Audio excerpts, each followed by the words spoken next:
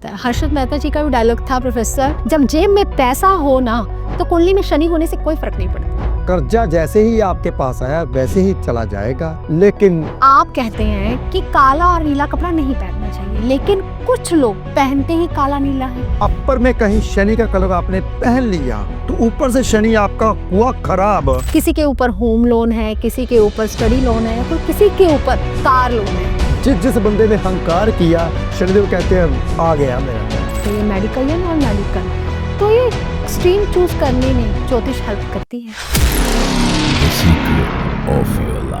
Professor साहब, लोगों ने आपके लिए बहुत सारे सवाल भेजे हैं, ये पूरी की पूरी लिस्ट मेरे हाथ में है, तो मैं एक एक करके आपसे सवाल पूछूंगी। अगर आप भी प्रोफेसर साहब से सवाल पूछना चाहते हैं ना, तो हमें कमेंट बॉक्स में जरूर लिखें। प्रोफेसर, आज का पहला सवाल ये है, कहते हैं कि आप कहते हैं कि काला और नीला कपड़ा नहीं पहनना चाहिए, लेकिन कुछ लोग पहनते ही काला नीला है। इवन की कार भी जो है वो काले या नीले रंग की ले लेते हैं। क्या उनका कोई ग्रह खराब नहीं होता? शेफाली जी, मैं हमेशा काला और नीला कपड़ा अपर में पहनने को मना करता हूँ। मैं हमेशा हर बात को लॉजिक के साथ बताता हूँ, ऐसे बात नहीं करता जो कि बिना मेरे भी ऊपर से निकल जाए, आपके भी ऊपर से निकल जाए। हर बात के पीछे आधार होता है मेरी बात के पीछे। देखिए, हमारी मेष राशि मस्तक पे आती है, वो किसकी राशि है? मंगल की राशि। वृष राशि हमारे मुख के ऊपर आती है, वो किसकी राशि? शुक्र की राशि। उसका कलर कौन सा है? सफेद। गले में आती है हमारी मिथुन राशि, उसका कलर कौन सा है? लाइट सी ग्रीन कलर। और जो छाती पे आती है वो कर्क राशि आती है, उसका कलर कौन है? सफेद। जो कि हृदय में और नाभि के ऊपर जो आती है वो कौन सी राशि है? सिंह। सिंह राशि आती है। तो सिंह राशि जो कलर है, सूर्य के कितने कलर है? ऑरेंज, रेड और येलो कलर है। देख कितने कलर, ग्रीन कलर है। तो इसलिए मैं हमेशा जो अपर में राशियां हैं, तो अपर में कहीं शनि का कलर आपने पहन लिया तो ऊपर से शनि आपका हुआ खराब, तो फिर क्या करोगे? आपने सूर्य को भी खराब कर लिया, जी बिल्कुल, मंगल को भी खराब कर लिया, बुध को भी खराब कर लिया। अगर शनि खराब हुआ तो आपने अपर में दूसरे कपड़े ना डालकर काले और नीले कपड़े डाल लिए, तभी इंसान परेशान होते हैं। जब तक आपकी राशि आपकी फेवर में है, राशि कब तक फेवर में रहेगी? अगर हमारे 9 ग्रह हैं, 9 ग्रहों की दशा देखें तो 120 साल चलती है। तो आपकी दशा ज्यादा से ज्यादा बड़ी से बड़ी दशा किसकी? 20 साल की। छोटी दशा 7 साल की, और उससे बड़ी दशा 10 साल की। कौन सी दशा आपकी अच्छी है? अगर अच्छी दशा में आप आ गए तो 10 साल तक अच्छी रही दशा जी। उसके बाद क्या होगा आपका? इसलिए मना करता हूं शेफाली जी, हर बात को मैं लॉजिक के साथ बताता हूं। कभी भी अपर में काला और नीला कपड़ा नहीं पहनना चाहिए। हाँ, अगर आपकी कुंडली में शनिदेव बहुत अच्छे हैं, जी होते हैं भाई, 100 में से एक बंदे के होते हैं, जी, 11वें भाव में हो। हाँ होते जी। हैं, तो आप काला कपड़ा पहनिए, नीला कपड़ा पहनिए, मैं मना नहीं करता। लेकिन प्रोफेसर साहब, आप ही कहते हैं कि अंडरगारमेंट्स जो है वो व्हाइट ही होने चाहिए, ऐसा क्यों? देखिए, स्किन आपकी, ये स्किन का कारक कौन है? शुक्र। तो फिर शुक्र को कौन सा कलर दोगे? व्हाइट। फिर हर बात के पीछे मैं लॉजिक बताता हूँ, ज्योतिष को आपको ग्रहों के साथ जोड़ता हूँ, तब भी मैं बताता हूँ जितना सफेद पहनोगे उतना आप दाग लगने से बचोगे। जी। देखिए, अगर मैं पैंट सफेद डालता हूँ या तो मैं देखूंगा यार पीछे गंदी है, तो नहीं, मैं ऐसे बैठूंगा। तो अगर मैं ऐसे बैठूंगा तो फिर कैसा लगूंगा आपको? अच्छा, अगर मैं कुछ देखूंगा ऐसे बैठूंगा, आपको कैसा लगूंगा? यार प्रोफेसर साहब कैसे बैठे हुए हैं? जी। हमेशा आपको कपड़ा बैठने का तरीका बताता है, रंग बैठने का तरीका बताता है, कैसे बैठना है आपने कैसे चलना है, आप कैसे चल रहे हो। अगर अच्छा कपड़ा डाला है, सफेद कपड़ा डाला, हर जगह पे नहीं बैठ सकते आप। इसलिए मैं व्हाइट बताता हूँ, अंडरगारमेंट्स भी व्हाइट होने चाहिए, ताकि आप अपने अच्छे ढंग से सफाई रखो, ताकि आपको दाग अच्छा ना लगे, यार ये क्या कर दिया मैंने। तो इसलिए आपके ग्रह 9 के ग्रह 9 ठीक करता हूं। अगर आप मेरी बातें मानते हो, ट्राउजर में हमेशा ब्लैक पैंट, ब्लू पैंट ही डालनी चाहिए, क्योंकि घुटनों का कारक कौन है? शनि। शनि। मकर राशि, तीनियों कार का कौन है? जी, कुंभ राशि। कुंभ राशि, शनि। इसलिए आप डाल सकते हो, ब्लैक और ब्लू डाल सकते हो, मैं कब मना करता हूँ, ट्राउजर में डालिए। जी बिल्कुल। तो जब तक जो चीज मैं बोलता हूँ आधार के साथ बोलता हूँ शेफाली जी, बिना आधार के बात मैं नहीं करता। जी, और प्रोफेसर साहब, जब भी हम इंटरव्यूज देने जाते हैं तो वो सबसे पहले यही देखते हैं आप कैसे चल के आए हो, कैसे बैठे हो, यही होता है इंटरव्यू का मतलब ही। शेफाली जी, अगर आपने व्हाइट कपड़ा पहना होगा और क्रीज आपकी बिल्कुल सीधी होगी, कॉलर की क्रीज आपकी सीधी होगी। देखिए मेरे को अभी तक याद है, जब स्कूल में जाता था ना, टीचर कहते थे गुरदीप खड़ा हो जा, ताली लगाओ, सारे ने ताली लगाओ। क्यों लगाओ? कहते शर्ट में देखो एक भी बल नहीं है। ठीक, मैं ऐसे ऐसे कर करके ना कटोरी में पानी भर के तो ऐसे आप खुद प्रेस करके जाता था। मेरे को शौक होता था कि मैं बढ़िया लगूं। तो जब इंसान इस्त्री खुद करके जाता अपने कपड़ों को बन, फिर तो बल पहन ही नहीं देता। फिर तो वहां जाएगा, जब खड़ेगा लोग उनकी तरफ देखेंगे। जी इसलिए आकर्षित का केंद्र वो इंसान बना रहता है जब कोई इंसान अच्छे कपड़े पहनता है। अच्छे कपड़े पहनना जरूरी नहीं है, कपड़े की संभाल करना जरूरी है, जो कि आपको जीने का तरीका बताती है, चलने का तरीका बताती है, बैठने उठने का तरीका बताती है, लोग आपको पसंद करते हैं। इसलिए जब भी आपने जाना है, कोशिश किया कीजिए आपके कपड़े के ऊपर बाल ना हो। कोशिश किया कीजिए कि आपके कपड़े जितने साफ होंगे उतनी बार आपकी इज्जत मान सम्मान बढ़ता है, क्योंकि शुक्र उच्च का हो जाता है। जी प्रोफेसर, यानी कि शुक्र को उच्च करने के लिए हमें बिना सिलवट के कपड़े पहनने चाहिए। बिल्कुल। प्रोफेसर, दूसरा सवाल मेरा ये है, कहते हैं जिसकी जेब में पैसा हो ना, उसका कोई ग्रह खराब नहीं होता है। हर्षद मेहता जी का भी डायलॉग था प्रोफेसर, जब जेब में पैसा हो ना तो कुंडली में शनि होने से कोई फर्क नहीं पड़ता। शेफाली जी, उनको भी बाद में जेल हुई थी। जी बिल्कुल। तो इसलिए जब कभी ऐसी बातें करते हैं ना, जो लोग कहते हैं कि कोई फर्क नहीं पड़ता, एक शनि देवी हैं जिसने किसी को नहीं छोड़ा। जी बिल्कुल। राजा विक्रमादित्य को नहीं छोड़ा। को नहीं छोड़ा, और रावण को नहीं छोड़ा, पांडव को नहीं छोड़ा। किसको? जिस जिस बंदे ने अहंकार किया, शनिदेव कहते हैं आ गया मेरा टाइम। वो सारस्वती जब आती है ना, तो शनि का टाइम आ जाता है। तो बचना चाहिए भाई शनिदेव से। तो कभी भी अहंकार नहीं करना चाहिए, झूठ नहीं बोलना चाहिए, और कभी भी किसी के ऊपर भरोसा नहीं करना चाहिए। जब आंखें मीच कर आप बूंद कर किसी के ऊपर विश्वास करते हो, ऐसा नहीं करने तब भी शनि खराब होता है आपका। अय्याशी नहीं करनी चाहिए, गाड़ी में बैठ के दारू नहीं पीनी चाहिए, आपको मजदूर वर्ग के लोगों के साथ अन्याय नहीं करना चाहिए। अगर कोई भी इंसान ऐसे करता है तो वो इंसान का वाकई में शनिदेव बहुत अच्छा हो जाता है। किसको डरने की जरूरत नहीं पड़ती जब वो इंसान सबके साथ नरमाई से पेश आता है। प्रोफेसर, तीसरा सवाल ये है कि आज की डेट में हर किसी को पैसा चाहिए, तो पैसा आएगा कैसे?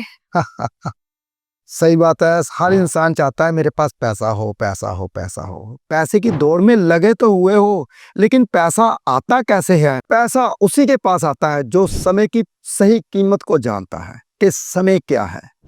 सूर्य उदय से पहले अगर वो उठता है, सूर्य अस्त तक घर में आता है। 11वां घर होता है आय का, कर्म का घर होता है दसम।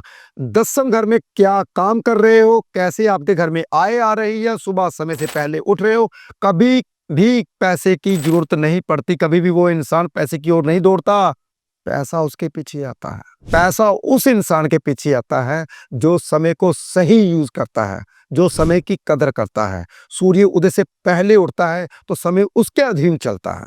जो सूर्य उदय के बाद उठता है, तो जब तक दशा अच्छी है तब तक पैसा आ रहा है। जैसे ही दशा ने पलटी मारी, तब तक क्या होगा, कितने ग्रह खराब होंगे, ये आपको पता नहीं है। इसलिए समय की कदर कीजिए। पैसे को पाना चाहते हो ना, तो सुबह जल्दी उठिए।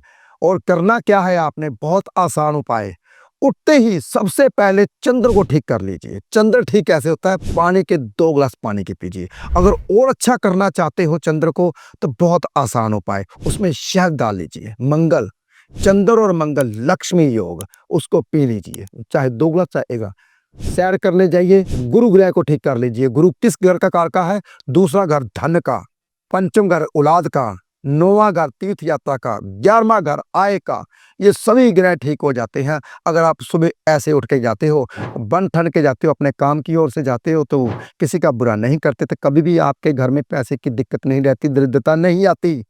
करके देखिए कल से ही, तो 40 दिन में मेरे को जरूर आके बताना कितना चेंज हो गया लाइफ में। प्रोफेसर, ये तो बात आपकी बिल्कुल ही इफेक्टिव है, क्योंकि जो इंसान सुबह जल्दी उठता है ना, उसके सभी काम टाइम से होते हैं। अब बारी आती है चौथे सवाल की। प्रोफेसर, ये मोस्ट इम्पोर्टेंट सवाल है। मुझे लगता है जितने भी इंडस्ट्रियलिस्ट है या फिर एक नॉर्मल इंसान है, उसके ऊपर कर्ज चढ़ा हुआ है। किसी के ऊपर होम लोन है, किसी के ऊपर स्टडी लोन है, और किसी के ऊपर कार लोन है। तो कर्ज कैसे खत्म होगा? कर्ज को दूर करने के लिए बहुत आसान उपाय।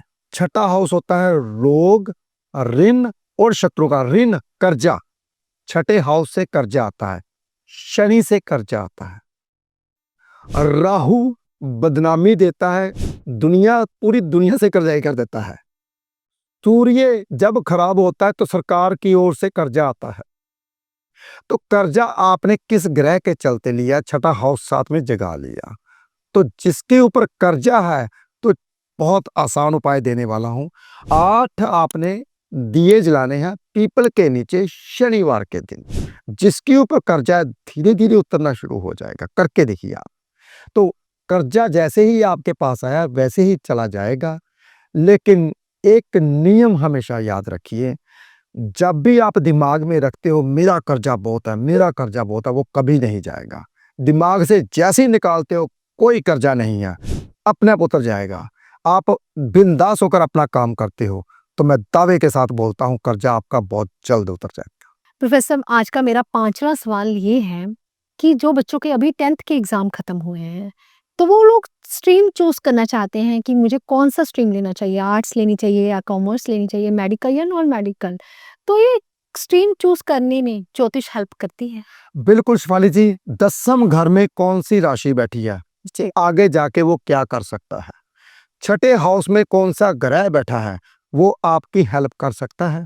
दूसरे हाउस में अगर कोई ग्रह बैठा है वाणी का, तो वो टीचर वीचर बन सकता है, बुध बैठ गया।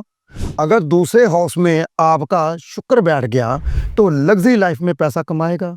जी। अगर दूसरे हाउस में मंगल बैठ गया तो वो खाने जैसे होटल में किसी और में काम करेगा। तो देखना पड़ेगा 10th हाउस, दूसरा हाउस, छठा हाउस। इसलिए कुंडली दिखानी बहुत ज़्यादा ज़रूरी है। जो बच्चे आगे जाके क्या बनने वाले हैं, माँ बाप कहते हैं कि मैंने इसको अफसर बनाना है, बेटा कहता है मैंने इंजीनियर बनना है, तो इसी झगड़े में ही बच्चे कामयाब नहीं हो पाते। तो पहले किसी अच्छे ज्योतिषी के पास जाइए, वो आपको बताएगा कि बेटे को चूज क्या करवाना है। तो बेटे को जब वो 4 बातें बताएगा, बेटे को पता चलेगा वाकई में ऐसा हूँ, तो मेरे को ये यूज करने चाहिए। जब आप किसी ज्योतिषी के पास जाते हो सके तो बेटे को साथ लेकर जाइए, ताकि उसको पता चले कि तू जिंदगी में क्या कर रहा है, तेरे साथ क्या हो रहा है। इसी वजह से तेरे ये काम ज़्यादा चलेगा। तेरा इतना दिमाग है, उसको समझ आ जाएगी मेरे बारे में ये बता रहा है, इसका मतलब ये है कि ये मेरे को सही दिशा दिखाएगा। प्रोफेसर, मेरा अगला सवाल ये है कि घर में से बीमारी जा नहीं रही। घर का एक मेंबर ठीक होता है तो दूसरा बीमार हो जाता है। तो बीमारी को कैसे खत्म किया जाए? सबसे पहले मैं आपको कैमरा घुमा के दिखाऊंगा। हर तरफ खिड़की होनी चाहिए। जी। जब हवा की क्रॉसिंग हो जाती है तो बीमारी भाग जाती है। यानी कि घर में वास्तु दोष होगा? वास्तु दोष तो वो अलग है, हवा की क्रॉसिंग जरूरी है। जी। बृहस्पति का घर में आना जरूरी है। हवा बृहस्पति है जो जीवन दान देती है, उसमें जो नमी होती है वो चंद्र होता है। तो जैसे ही आपका चंद्र और बृहस्पति इकट्ठे होकर गाज केसरी योग बनाते हैं, जिस घर में हवा की क्रॉसिंग होती है, तो क्रॉसिंग जरूर होनी चाहिए। अगर बीमारी को भगाना चाहते हो तो फिर भी बीमारी के लिए मैं उपाय जरूर बताऊंगा।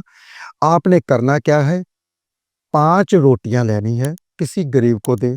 ऊपर आपने 50 का या 500 का या 5 का नोट रखना है। चने, सूखे हुए चने होते हैं, वो साथ में देने हैं। अगर आप किसी को ऐसे खाना खिलाते हो बाद में दवाइयाँ देते हो, तो जो घर में दवाइयाँ आपके पास पड़ी हुई हैं, घर में बीमारी जाती ही नहीं है, दोबारा से दवाइयाँ घर में नहीं प्रवेश करेंगी। तो प्रोफेसर, ये उपाय जो है वो किस दिन करें हम? हो सके तो जितने भी शनि वाले उपाय होते हैं, दुख वाले जितने भी उपाय होते हैं, चलो ये भी मैं बता देता हूँ, वो शनिवार को ही करने चाहिए। जी, बिल्कुल। प्रोफेसर साहब, समय तो इजाज़त नहीं देता, लेकिन मैं जाते-जाते आपसे एक सवाल फिर भी पूछना चाहती हूँ। जैसे शादी होती है, तो फेरे होते हैं, तो पंडित जी एक नामकरण करते हैं लड़की का। तो वो नामकरण जैसे कि वो मोस्टली यही नाम होते हैं, मैंने यही देखा है शादियों में, या तो वो ह लेटर से होते हैं या फिर के लेटर से होते हैं। लेकिन वो लड़कियाँ सारी ज़िंदगी संघर्ष करती हैं। ऐसा क्यों प्रोफेसर? आज का सवाल था हमारे पंडित ब्राह्मणों के लिए। मेरे लिए पूजनीय है, मैं बहुत कदर करता हूँ, आशीर्वाद लेता हूँ उनका। लेकिन आज मैं सबको एक हदायत दूंगा, जब भी आपने लावा फेरे कराने हैं, जितने भी पंडित हैं, जितने भी ऑडियंस हमारी सुन रही है, वो आगे इस बात को शेयर जरूर करें, क्योंकि ये बहुत बड़ी बात है, ये बहुत बड़ा मुद्दा है। उन्होंने करना क्या है, दोनों बच्चों की कुंडलियां देखें, उसमें देखें बेटे की कुंडली में जो नाम रखा हुआ है वो राशि के मुताबिक रखा है, चंद्रमा कौन सी राशि में बैठा हुआ है। जो बेटी की कुंडली में जो नाम रखा हुआ राशि के मुताबिक रखा हुआ है, तो आपने जब भी कोई नाम बदलाना हुआ तो उस राशि के नाम का ही अक्षर बताइए, आगे पीछे अक्षर मत बताइए। हाँ और के अक्षर मिथुन राशि का आता है, सारी ज़िंदगी स्ट्रगल करती हैं लड़कियाँ, तो ऐसा मत कीजिए। जब भी कभी आपने लावा फेरे कराते वक़्त जब नाम ज़रूर अगर किसी ने नहीं चेंज किया तो उसको बोला करो स्पेशल, इस आज के बाद आप उसको प्यार से ये बुला सकते हो, आज के बाद घर का ही नाम रख दो। इससे भी आपकी 50% कुंडली ठीक हो जाएगी। बहुत अच्छा शिफाली जी ने सवाल पूछा, ये पूरी दुनिया के लिए सवाल है। जितने भी हम लावा फेरे करते हैं हमारे पंडित ब्राह्मण, उनको हाथ जोड़कर मैं बेनती करता हूँ, आपने दोनों बच्चों की कुंडलियाँ देखनी हैं और दोनों बच्चों की कुंडलियों में चंद्रमा देखना कौन-सी तिथि में है। अगर उसी मुताबिक नाम रखा हुआ तो बहुत अच्छा, उसका निकनेम उसी मुताबिक ही रख लीजिए। उनको बोलिए नाम बेटी का बिल्कुल सही है, आप शॉर्ट नेम ये ले सकते हो घर में। तो अगर नहीं सही तो सही कीजिए, उस अक्षर का वही राशि के मुताबिक ही कीजिए। अगर ऐसा करते हो तो मैं दावे के साथ बोलता हूँ, कभी किसी का घर नहीं टूटेगा। आज के सवाल बहुत ज़्यादा इंटरेस्टिंग थे। इस जानकारी को ज़्यादा से ज़्यादा लोगों तक शेयर करें। अगर आप भी कोई अपना सवाल भेजना चाहते हैं, हमें कमेंट बॉक्स में लिखकर ज़रूर शेयर करें।